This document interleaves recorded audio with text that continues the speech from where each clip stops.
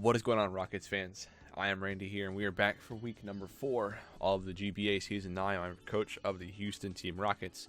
If you guys did not check out any of last week's action against TTM Danza, you guys should go check them out. It definitely was an interesting game, but if you already have seen it, I'll go ahead and talk about a few things before we jump into this builder. I've already tried recording this like 3 times, but I keep going out of order, so I'm going to try to get everything out of the way before I just jump into the bulk of this video. So if it's over 15 minutes, that's probably why. So first off, I do want to say about last week's game with the whole roll situation. Yes, I got lucky against the Heatran, but I do want to point out that the INFERNAPE roll actually wasn't a 50-50. It was actually 43.8% chance from the Oko, so it was like a 56% chance for me to live. So I mean, I just wanted to clarify that it wasn't a clean 50-50, but I mean, for him it essentially was, because he already got hacked to hell with that roll. So I mean, I don't blame him for that, but I just wanted to make it, you know, clear for the record. Nonetheless, guys, it definitely was a lucky win on our end, and I'm wishing him the best moving on to the season. But we are 3-0, so we're looking to get off with a pretty good win here. Last time we played Goldoa, by the way, our opponent, Goldoa Dragon, coach of the New York Empoleon. Make sure you guys go check him out. Last week he had a very, very tough loss to my dad Tup. But nonetheless, you know, he definitely is a pretty good battler. He's been, you know, competitive in, I believe, in all of his games. I don't think he's had a huge differential loss yet. I mean, his first game against Jolt, he got hacks, but he kept it pretty close. The 0-3 doesn't really show how close the game was. Of course, he tore down Kyle in week 2, and then of course last week was a very, very narrow loss. So he's definitely one to keep in the fight no matter what the result is. So definitely will be tough. Last time we faced off in GBA was last season in D League, and he did beat us down with our own Pokemon. So we're looking to get our revenge from that, and of course, yeah. So another thing I want to point out before we jump into the builder was Shiny Sableye Ben, one of the power rankings analysts, pointed out that some of my spreads were unoptimized. Well, really just one was the Suicune. Now, for one, I kind of sort of knew how that worked almost. Like, I could tell there are certain spreads that are just better just by giving, like, messing around with the slider on Showdown. I can see, oh, I can run this nature and have extra EVs and all that sort of stuff. So I do appreciate him for letting me know about that, because now I can definitely double check my spreads before I make them. But you gotta understand, as someone who builds like based off offense, I just try to hit the speed I need to hit, and then just run the rest in offense. And then if I have anything left over, I usually just jump it into HP, or in case I want to, you know, take a priority hit better, like Vacuum Wave or E-Speed, I'll dump it into said defense or whatever I think is better at that time. So I really have a hard time building defensive spreads too. However, I will say that I'm getting a lot better about doing so. Like the Hippowdon I ran against Jolt was pretty good, and you'll see later on in this video I have another pretty good defensive spread here as well. But nonetheless, I do want to thank him for that. However, if you see me throwing shade throughout the rest of the season, you know, don't be surprised, because I just find it crazy how, like, I've been doing draft games for almost 2 years on YouTube. I've done builders for most of my games, and no one's ever pointed out to me that my spreads were unoptimized. I know it's very hard, like, to catch them, because sometimes people don't pay attention, and of course sometimes I just don't mess them up. But I do appreciate him pointing that out, because I think I will fix that moving forward. So I think that's everything I wanted to address with that kind of stuff. But yeah, let's go ahead and jump into our builder. You can see Goldoa's team at the bottom there. Let me take a swig of water because my throat's already killing me. You can see at the bottom there, his 2Z crystal users are the Victini and the Crobat. He did switch it from his Scrafty to Crobat, so that is something that I had to keep aware going into this build. But Crobat's kind of a non-factor in my opinion. The only set that I could find annoying would be a Choice Scarf set to outrun my INFERNAPE. But other than that, I just don't see it coming to this matchup. But I mean, I have to be prepared for all things, as you know, most draft players should.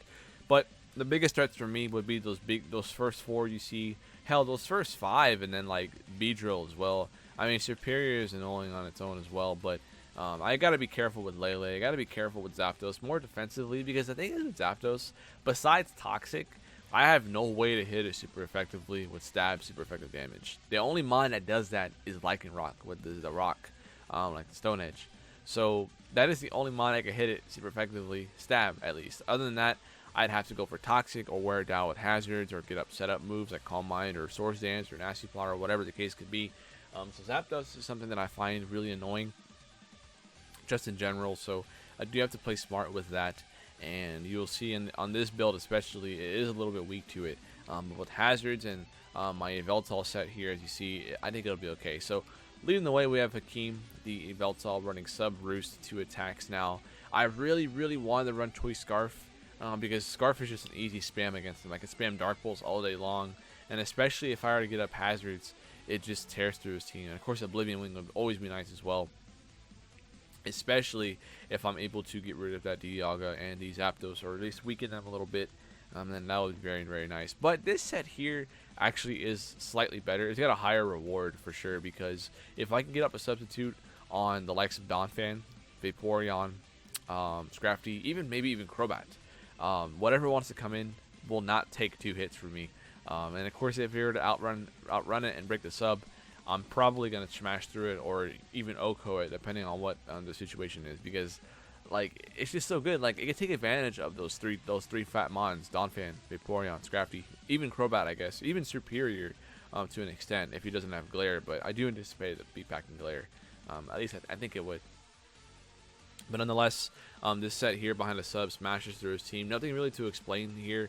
It does outrun Timid Lele, which is very nice. But I do have to be wary of or be fearful of a Scarf Lele. Just gotta point it out there. But on paper, this set just tears him apart. So definitely want to play smart with it. Do some early breaking, and then hopefully clean up the game with some other mons here. So next up, we have the Scarf INFERNAPE. Really nothing to explain here. It outruns Scarf Victini, and then Dual Stab hits everything, and then Stone Edge is there for the Zapdos. And I guess Victini as well, in case there's a situation late game where it's down to those two, and I can lock myself into Scarf Stone Edge and be able to hit both of them for super effective damage. I heavily considered bringing double Scarf INFERNAPE YVELTAL, but having one Scarfer was very important for the likes of Beedrill, and I guess for the Scarf Lele as well. So it's a very good mon. Something like Vaporeon can probably take advantage. It can literally come in on anything that I want to throw at it and start spamming Wish, but it's just so good offensively. Like Flare Blitz in close combat just smashes his team through, especially if I were to get up hazards. And you guys will see later with these next 2 mons that I definitely do want to get up hazards and keep them up. So next up, we have the ROSERADE, Sludge Bomb, HP Rock, Giga Drain, Spike. Of course, this spread here allows me to outrun a Modest Lele in case he wants to run a Modest Lele. And I don't think being slower than that really helps me out. I want to be able to get up my Spike and prevent being OHKO'd by anything. HP Rock is to try to catch Zapdos or Beedrill on a switch. I guess even Crobat as well, because Crobat does resist my dual stab, so that would be very nice. Sludge Bomb, of course, is to try to check Superior. This set kind of checks Superior, and that's kind of what I wanted with that. Giga Drain, of course, to deal with the Donphan and the Vaporeon. And then, like I said before, this is just here to get up maybe 1, maybe 2 Spike, and that's all I really need. Like he has good defoggers. Like I can't prevent the defog, but obviously I could dish out good damage with the HP Rock and to start doing stuff. Maybe even poison the Zapdos. That's really what I'm trying to go for. This thing, I don't expect it to live very long, especially when it's got a Lele and a Dialga. But again, I just want the spikes up, and it does good dealing with those 2 fat mons that I was talking about before, the Vaporeon and Donphan, as well as be able to check the Superior as well. Next up, we have the Empoleon, Stealth Rock, Earthquake, Toxic, and the Slack Off. Now, of course, this spread here might not be optimized. I didn't double check it yet, but it looks optimized to me, alright? I don't think I can hit the defensive stat without being impish anyway. So this spread here allows me to not be 2-hit KO'd by a Scarf Modest Lele. It actually has a 2% chance to before hazards. But I guarantee live a Scarf Timid Moonblast. I live 2 of them. It does like 48% max, then I have leftovers as well. So that's a pretty decent spread. And then of course the rest in SP.DEF, I believe Scarf Recreate doesn't 2-hit KO me. And then of course I'm able to take hits from Beedrill pretty nicely as well. Overall, a good set here. Toxic is just able to Toxic down the Zapdos, the Victini, I guess the Vaporeon, and then the Scrafty. Very nice. Earthquake Stab is actually very good against them as well. So I can see Hippo being a vital part of this team. And just dishing out Toxics, getting out those hazards, and just sitting around doing Hippo things. I love Hippowdon. I've actually have a little bit more fun with it than I expected, even though I've only brought it to 2 games. But well, this will be its 2nd game. But nonetheless, that is the set I'm running here. Next up, we have the Empoleon 2. Now, this spread here, I will say, I just dumped random spreads. Like, I didn't even try to hit anything. I didn't have time to do calcs. We're going to be playing here soon. And I just, ran some mixed spread here. Frustration is there to be dealing more damage to the Lele. Does over like 65% at +1, which I will get guaranteed because Lele's got really good SP.DEF. And then Bolt Beam is all I really need to hit the rest of his team. With the download boost with Bolt Beam, this actually does some pretty good work to him. And then Recover, of course, is a necessary, very necessary to get off good recovery. So yeah, nothing really to explain here. I could probably make the case to run Toxic over the Ice Beam, but I mean, this Mon can be dealing with good damage because he really has a hard time dealing with it outside of Toxic. And then of course, Crafty would be his only Mon to deal fighting stab against me. And last up, we have the Metagross. Sorry, I think my music is kind of closed up here. But last up, we have the Metagross Assault Vest to be able to soft check that Lele and Dialga.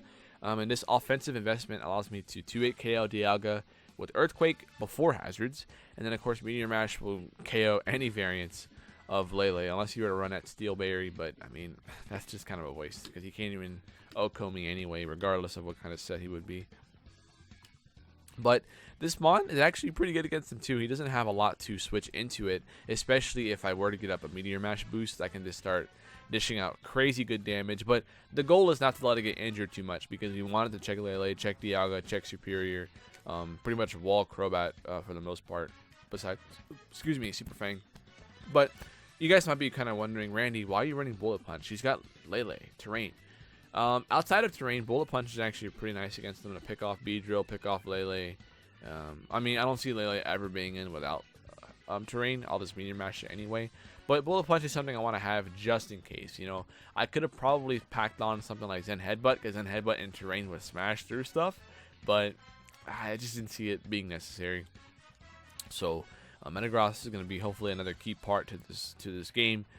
But that is the team for week number 4 against Goldoa. Make sure you guys check out the time description. Obviously, we haven't played yet, so make sure you guys check out the time in the description below. There should be the time that we have agreed on to upload the game. That way, you guys can have the notifications ready. So make sure you guys like and subscribe to the channel if you haven't already. I noticed a lot of you guys who have been watching, I've been looking at my analytics, are not subscribed. So make sure you subscribe to show your support to your boy Randy, because we're trying to do well here in GBA and prove ourselves. So yeah, show your support. I would really appreciate it. But all that being said, I will see you guys tomorrow for Rockets versus Empoleon. I'll see y'all then. Go Rockets.